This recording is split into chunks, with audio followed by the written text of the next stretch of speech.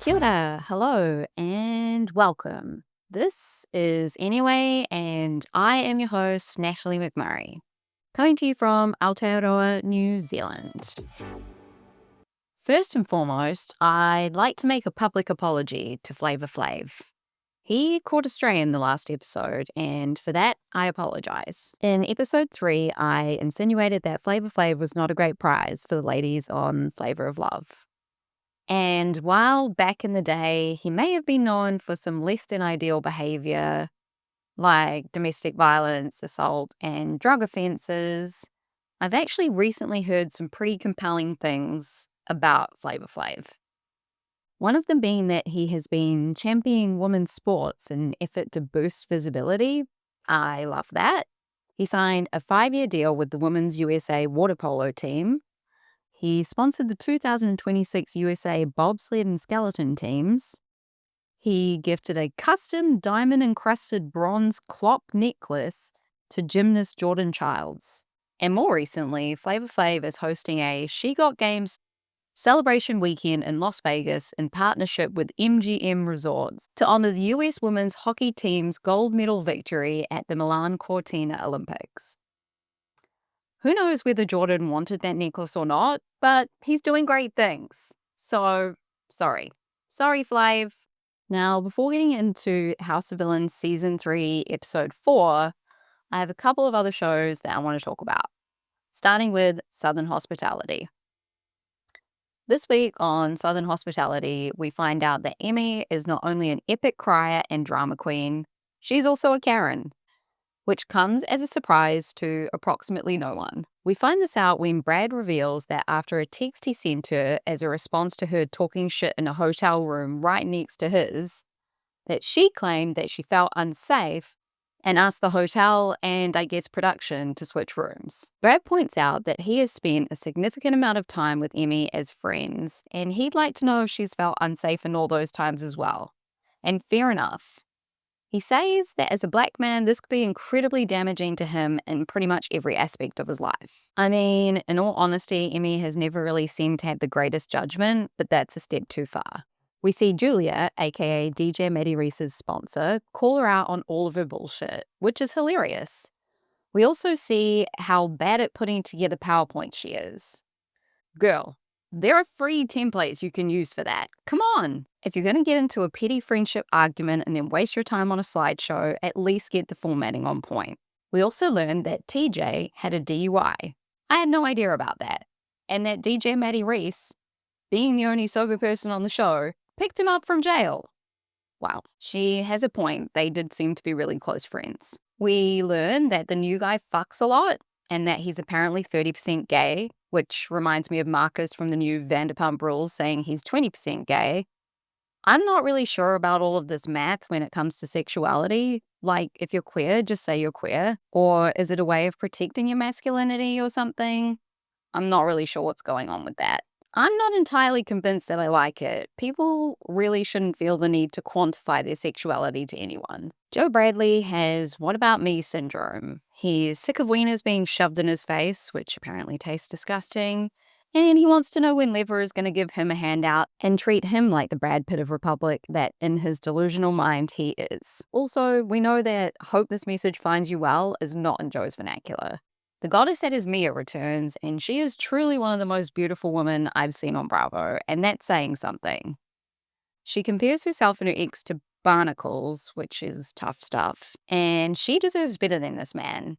And if I had a penny for every time I said that about a woman on TV, I would be at least $10 richer than I am right now. Molly throws out the term trail mix stick, which is perplexing to me. Apparently it has something to do with genitals and weird smells, and I don't want to get any more into that. Mia starts a fight about Maddie pushing over a cardboard cutout at the Sir Wieners event, which is the petty bullshit that we love to see. Honestly, can't wait to watch more. Moving on, I just want to touch on Ladies of London episode 2. We see more of the demon magpie that's shitting all over Martha's cottage. We learn that she had a stalker, which is terrifying, and that she gave $300 to a painter for seemingly nothing.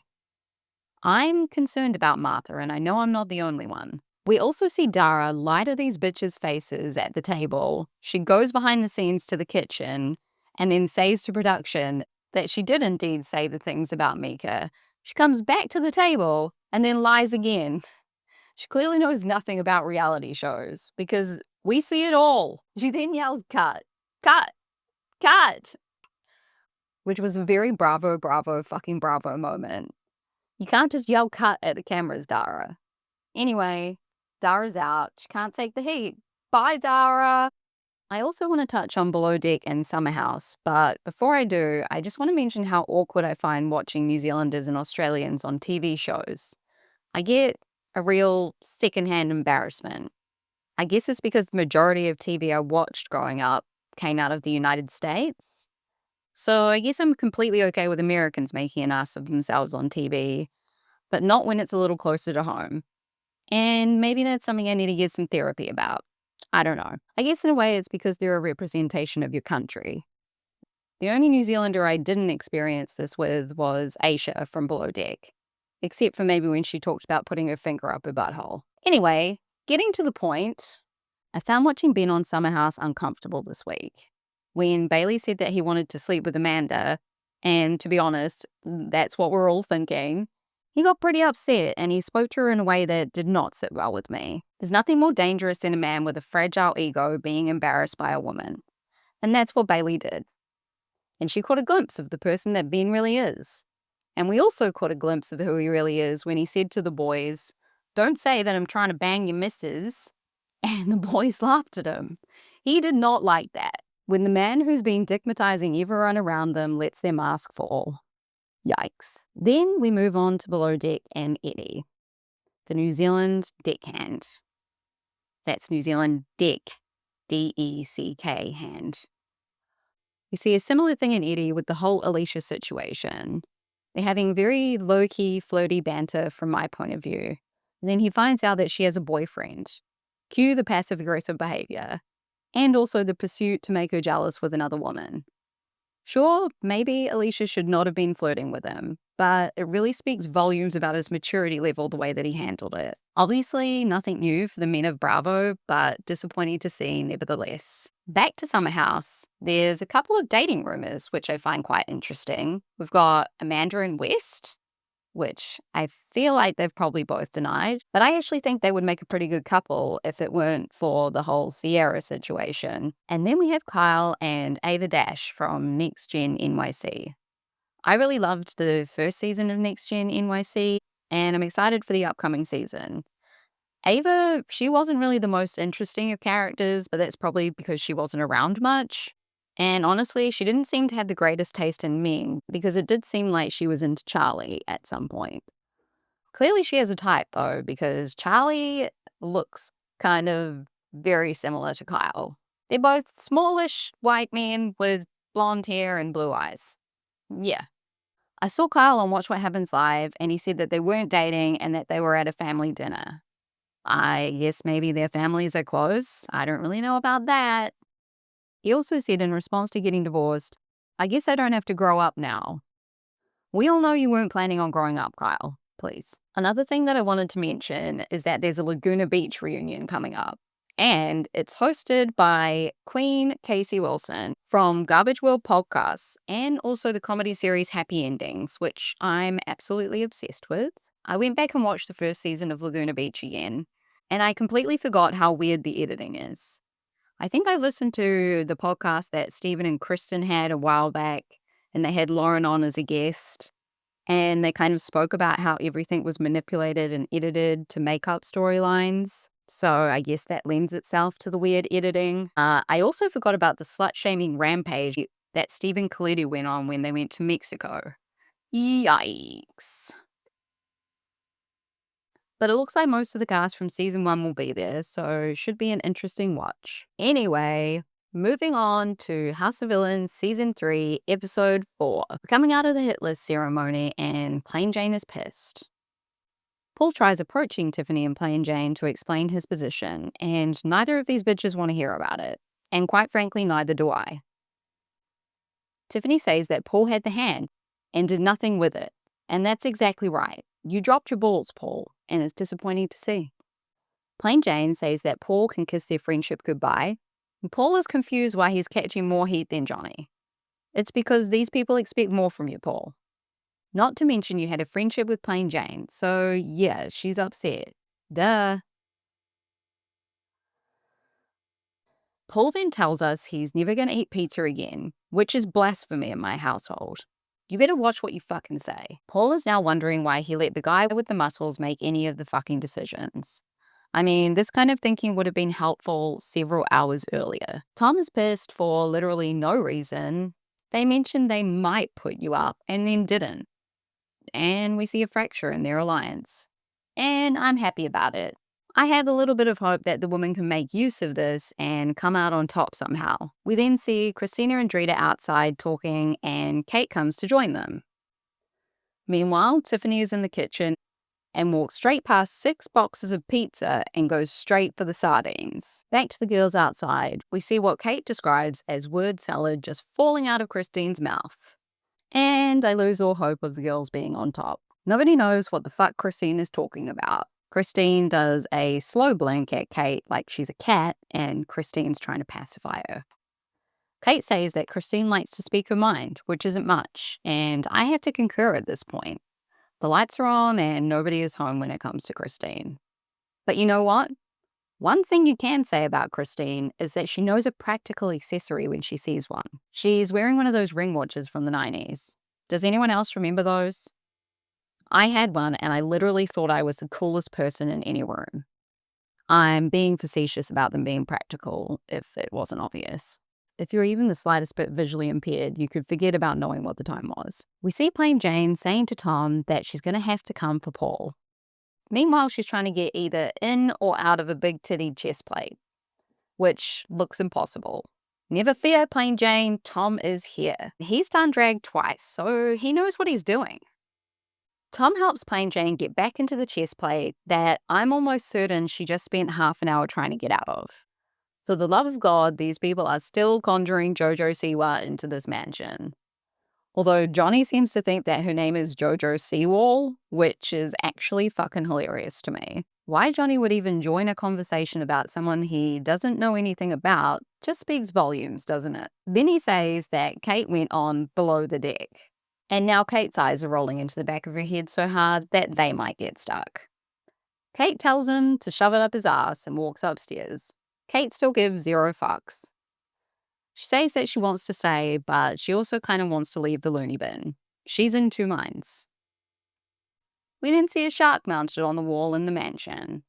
And I guess it's another one of those statues of things that are supposedly villains, a la the Medusa head in the supervillain suite. Sharks are not villains, but I don't need to tell you guys that. The only thing that this shark is making me think about is the fish room in Dorinda Medley's Bluestone Manor in Old Rony. Some pretty villainous behaviour went down there. Perhaps that should be the setting for next season. Anyway, we see everyone sitting down at dinner.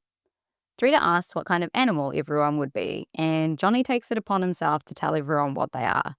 Christine is a swan. Tyson is a camel. And Tom is a reptile. Johnny says that he thinks that the guy from Monsters, Inc. is appropriate. The slimy, slithery Randall. Trust Johnny to know every character from Monsters, Inc. I know them because I have a 5-year-old Johnny. What's your excuse? So I just Googled Johnny and he was born in 1998. Monsters, Inc. came out in 2001, which by my calculations means he was 3 or 4 years old when Monsters, Inc. came out. So you know what? That's a pretty good excuse to know what every character from Monsters, Inc. is. I honestly had no idea he was 27. He looks like he's in his late 30s. Is that just me? Also, Monsters, Inc. came out in 2001, which is shocking to me. Where does the time go? I guess that's a testament to the movie and the animation. Pretty fucking timeless. Back to dinner. Tom says, "No, Johnny, you're the one being the fucking reptile, bro." And I'm inclined to agree, which has happened approximately 0 times while watching Tom Sandoval on TV. Tom says that he's coming after Johnny and his little dog Paul too. And then we see yet another animal on the wall, a snakehead. Yet another animal just trying to live its life without being demonized. I'm not really sure if there are people out there thinking that snakes and sharks and medusas are just lying in wait to get them. But if there are, I would say, maybe get some therapy. Just a suggestion. Unless that person is a treacherous man, in which case, run before you get turned into stone! Or don't. We'd be better off. Plain Jane is determined to win the redemption challenge. And when she does, she's going to shake her titties so hard at Johnny and Paul that they get knocked the fuck out. Let the games begin. Speaking of games, the first thing that Tom Sandoval likes to do when he wakes up is a Rubik's Cube. I don't know what he's trying to prove, but I can only assume it was left half done. Don't try and fool us, Tom. Kate and Drita are talking in the bedroom about yesterday's events. Meanwhile, Tiffany's in the bathroom getting ready for the day. And she looks apprehensive about going out into the bedroom.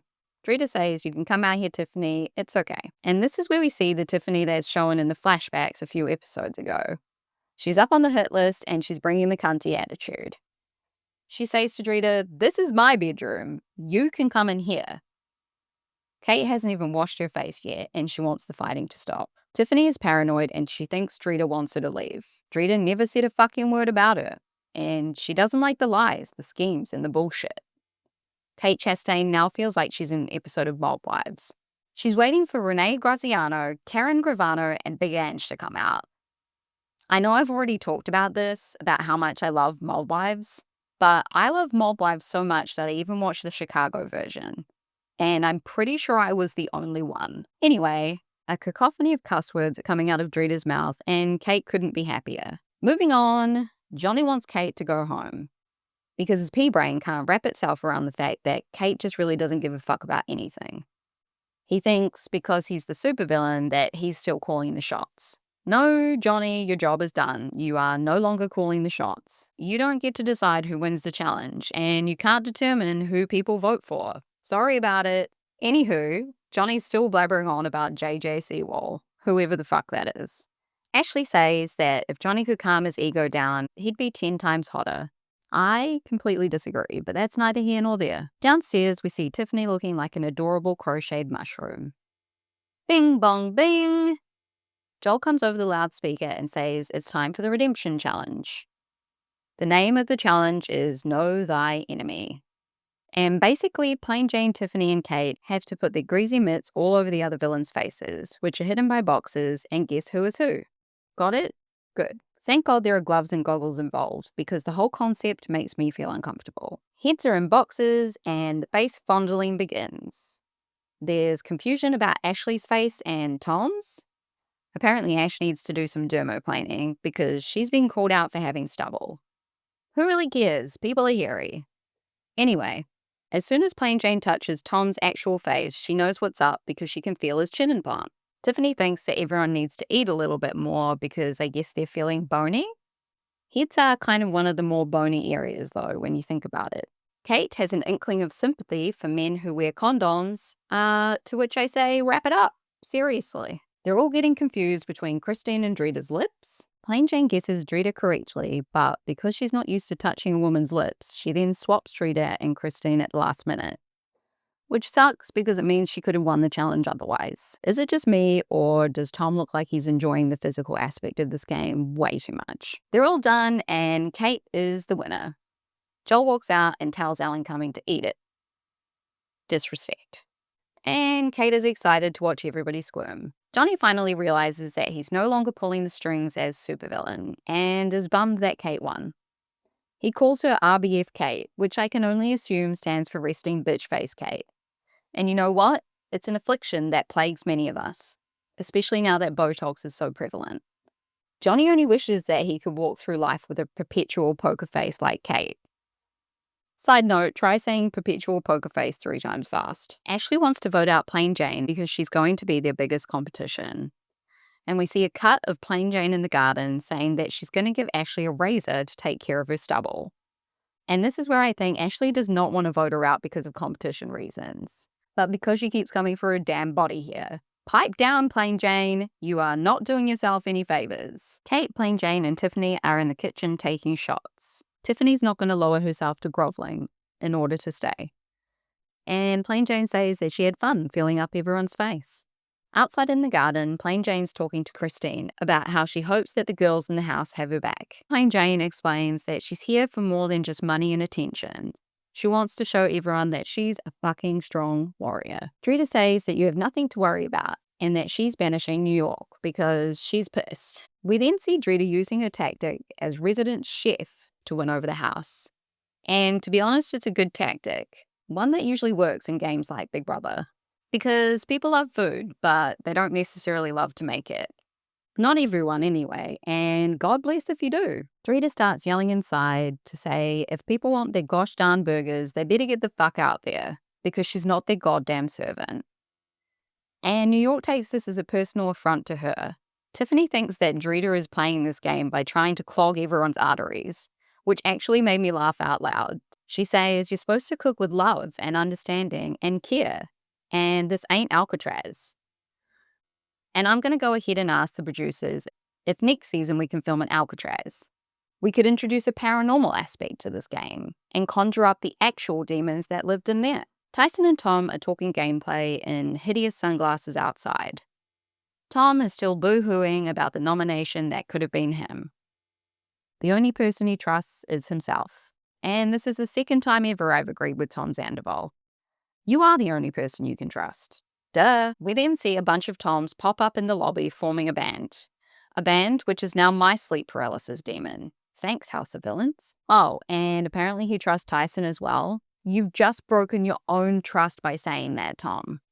They think that they're in a good position and can go in whatever direction they want. Men, am I right? Kate decides that she's going to throw a party to boost morale, because she's the hostess with the mostess. We then see her making blanket rocket ships, aka dicks, on everyone's bed. Johnny is intimidated by a blow-up penis and wants nothing to do with it. Get some original material, Johnny. Being insecure about your masculinity is very passé. We then see Kate and Plain Jane, with an even bigger tittied chest plate, talking in the bedroom. Kate wants to know if Plain Jane will do a performance. She says she's going to do a little burlesque, and Kate's going to judge who she votes for based on that. Christine is stressed because her brain can't keep up with whatever the fuck is happening. And I'm stressed watching her do her makeup on the floor with all of those bags everywhere. What is in all of those bags? Then we see Johnny trying to have a gameplay discussion with Christine, and it's like getting blood out of a stone. Keeping your cards close to your chest doesn't work if you don't know what the cards are, Christine. And Christine is on a completely different planet when Johnny is speculating what happens if there's a tie. It's like Christine's brain is stuck in the past and it just has what's already happened on a loop. And then she superimposes that onto what will happen in the future. It's wild to see. May God help us all. Johnny is finding it difficult to flirt with a beautiful dummy. We've all been there, Johnny, just move on. We then see Christine talking to Tom by the pool, and then Tyson who's in the pool, and then Kate in the bedroom. And I'm pretty sure at this point she's trying to break everyone's brain. Bringing me back to, is she trolling everyone? God damn it, Christine. It's nighttime and time for Kate's party. Plain Jane is dressed like a psychotic clown doll and dancing with a big inflatable penis. Everyone is dancing and having a good time. Everyone except Drita.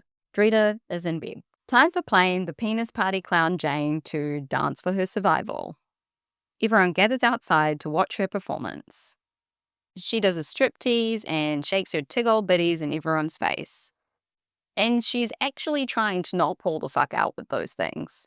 It's her only form of revenge at this point. Drita comes outside to see what's going on and immediately regrets doing so. Plain Jane wraps up her performance by jumping into the pool.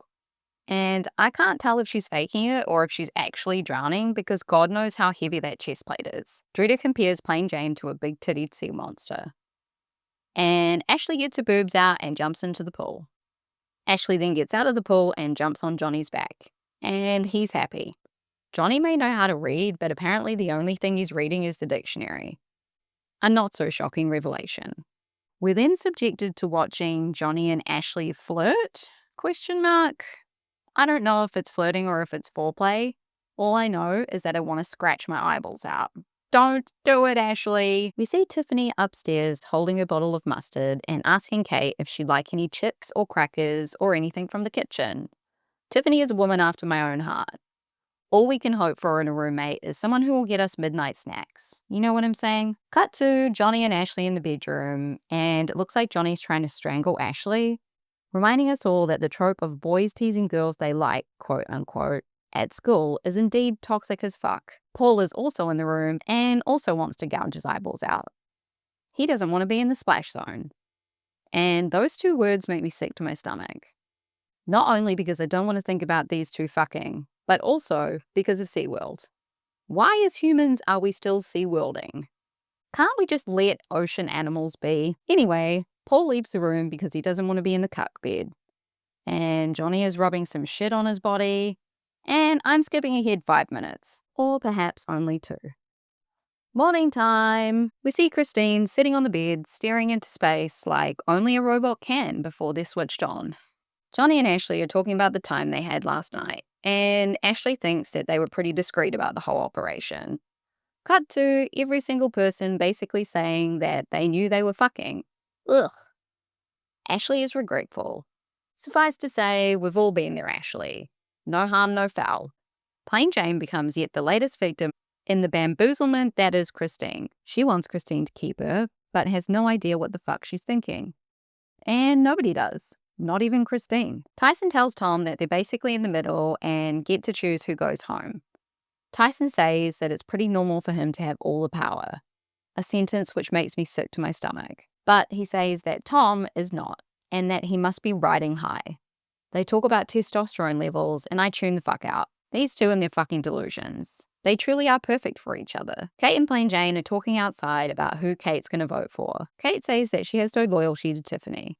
And Tiffany clocks that shit from up the top of the stairs, which is honestly impressive. Tiffany pops off, and Plain Jane is going to let her dig her own grave. Christine doesn't know what the hell is going on. Tell us something we don't know, Christine. And Kate hates everybody. Upstairs, Tom shows us once again that he has completely no rhythm, and he can't even dance to the beat of his own clicking. Tiffany is crying about the situation with Kate, and explains that she's always been a loner and her behaviour is a response to rejection. And we hate to see that.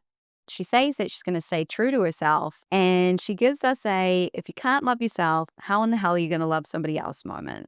Joel comes over the loudspeaker and says, "Villains, it's time to get ready for this week's banishment ceremony." They head to the spaceship. Johnny assumes his seat, wearing black gloves for some weird reason. And Paul assumes his bitch boy position behind him. New York and Plain Jane take their places by the chairs. Tiffany thinks Johnny's gloves are used when he fists himself. Yet another image I do not need floating around my head. Plain Jane tells us that her uterine walls have collapsed in getting to know everyone, and she reminds us why she's there.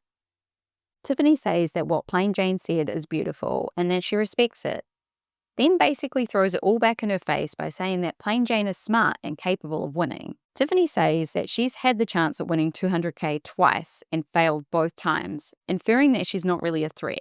She's feigning stupidity.